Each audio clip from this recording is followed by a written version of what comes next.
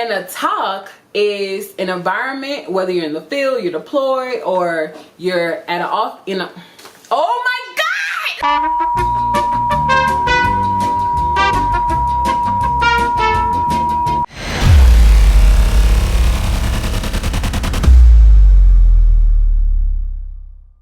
What's going on, guys? It's your boy Ricky back with another video.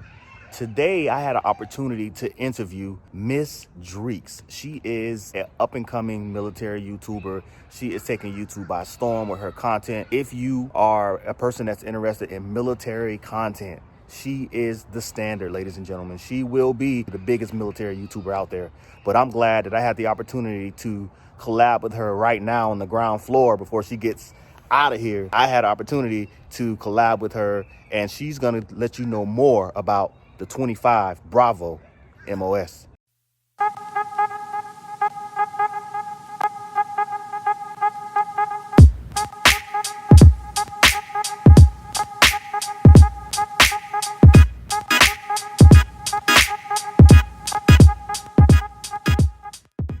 Hey y'all, I'm Miss Dreeks Sergeant Toles, your virtual NCO, and today I am collaborating with Ricky Bowden to bring you guys more information on what I do as a 25 Bravo. Okay, so currently my day-to-day duties and responsibilities entail me going out to different motor pools. I'm in an aviation unit, as I said before, so hangars, we work on aircraft systems. So just to give you a brief overview of some of the systems that I work on, okay? Outside of computers, we work on KCs, we work on VSATs, we work on GCSS Army computers.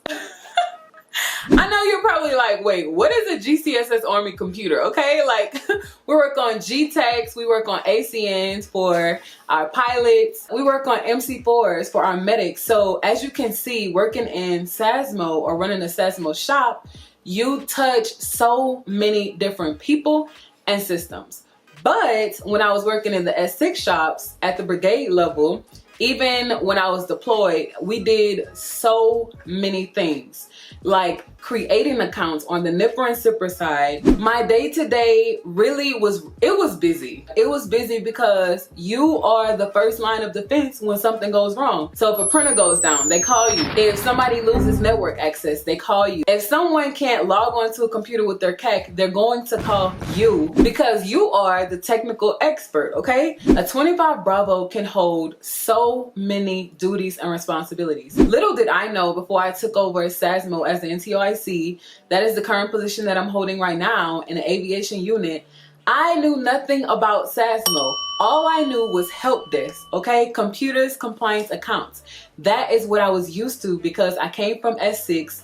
I worked all the way up to the brigade level. I just felt like, okay, maybe this is it for me. Like maybe running a help desk will be the highlight of my career, and I just need to get used to it. But that's not true. So when I became an NCO and I started doing some more research, I did find that even a 25 Bravo can be the NCOIC of an S3 section and run operation. We can work in SASMO, which I'm doing now. We can be the NCOICs of an S6 section. We can also, we can be a data analyst.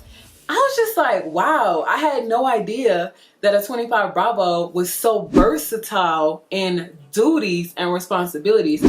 Okay, you guys, so to answer question number 2, which is, how do the duties and responsibilities differ from those of a 25 uniform? I have my husband here, Staff Sergeant Toles, because he is a uniform. So who better to answer that question than him? So what do you do on a day-to-day? Okay, so me as a 25 uniform, my day-to-day responsibilities and duties are working with lower TI mission command systems. Okay, and what's lower TI mission command system? So lower TI mission command systems are the opposite of upper TI.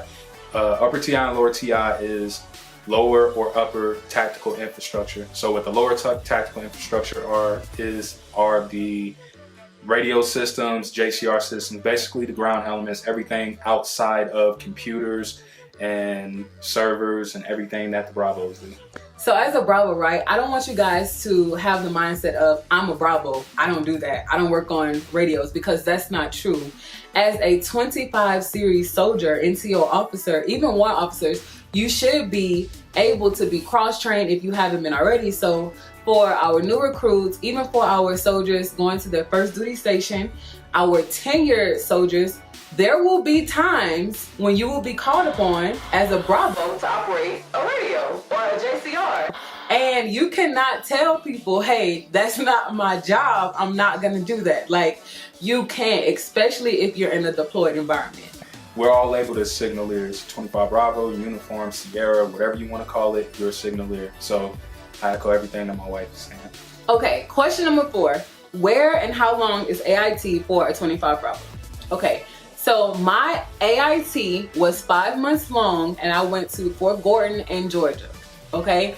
I would say that I had a blast in AIT, because once you get out of basic training and you like just transform your mind and you're this new person and now you're disciplined, when you make it to AIT, it's just gonna be like a load lifted off your shoulders. Which leads me to my next question. So question number 5, what is the most important thing as a 25 Bravo should you know fresh out of AIT arriving to your first duty station, okay?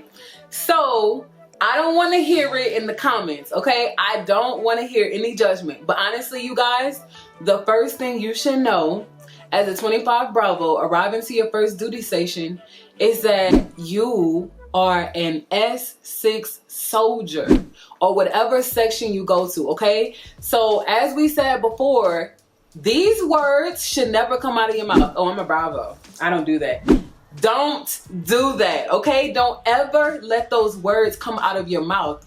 As a 25 Bravo arriving to your first duty station, you should know that you have to be flexible.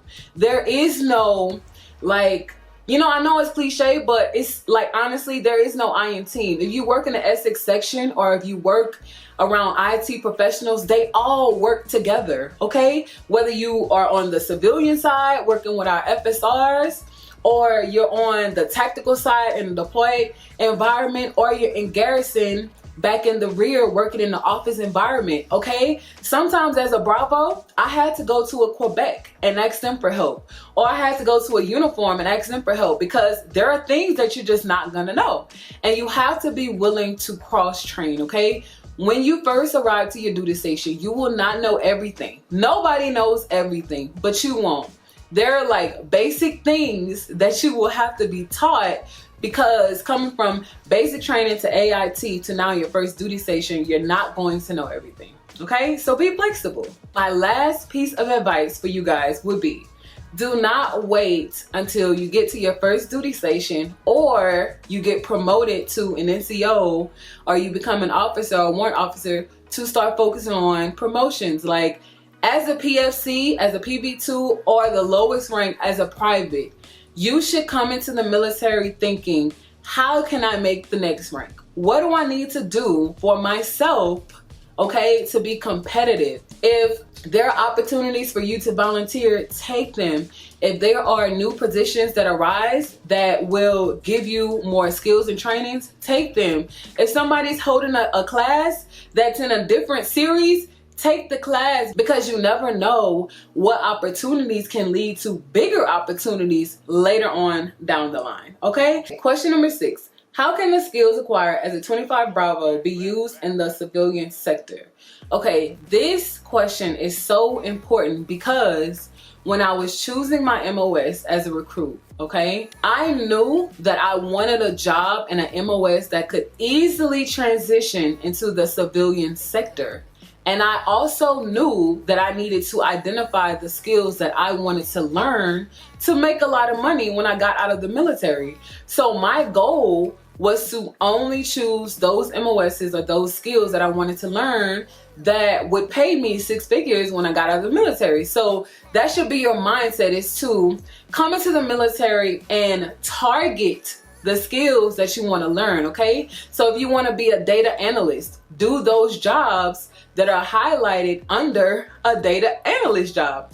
or if you want to go on the networking side, okay, like volunteer or work under a warrant officer who's going to teach you how to network systems and do all of that. So as you can see, being a 25 Bravo can open a lot of doors for you if you take advantage of the opportunities. So I hope you guys learned something today. I'm Miss Dreeks, as I said before, or Sergeant Toles.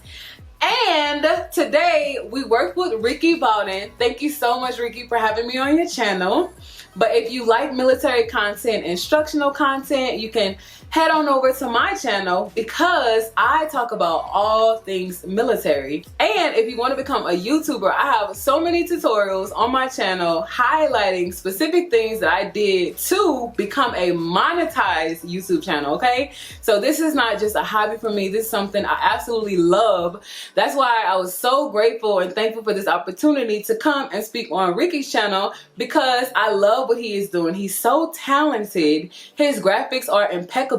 And that is just to show you guys that whatever you want to do, you can do it. Again, guys, thanks for watching this video. If you have not done it already, make sure you hit that subscribe button. Make sure you hit that like button. And I also want you guys to put down in the comments other MOS related videos that you would like to see me do. The reason why I do these videos is because when I got in the military, there was nothing out there that gave me real life experience from soldiers doing the jobs right then, right now. My ideal goal is to get every single MOS.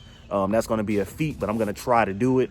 So I'm going to need your help down in the comments to help me which videos you think that you want to see next. And also, if you are in any of these jobs and you're watching this video, jobs that I have not done and you're willing to collab, hit me at rickylbowden@gmail.com so I can get with you and see if you'll be willing to interview for these different MOSs, and then we can get this thing popping. Again, my name is Ricky Bowden, guys, and thanks for watching.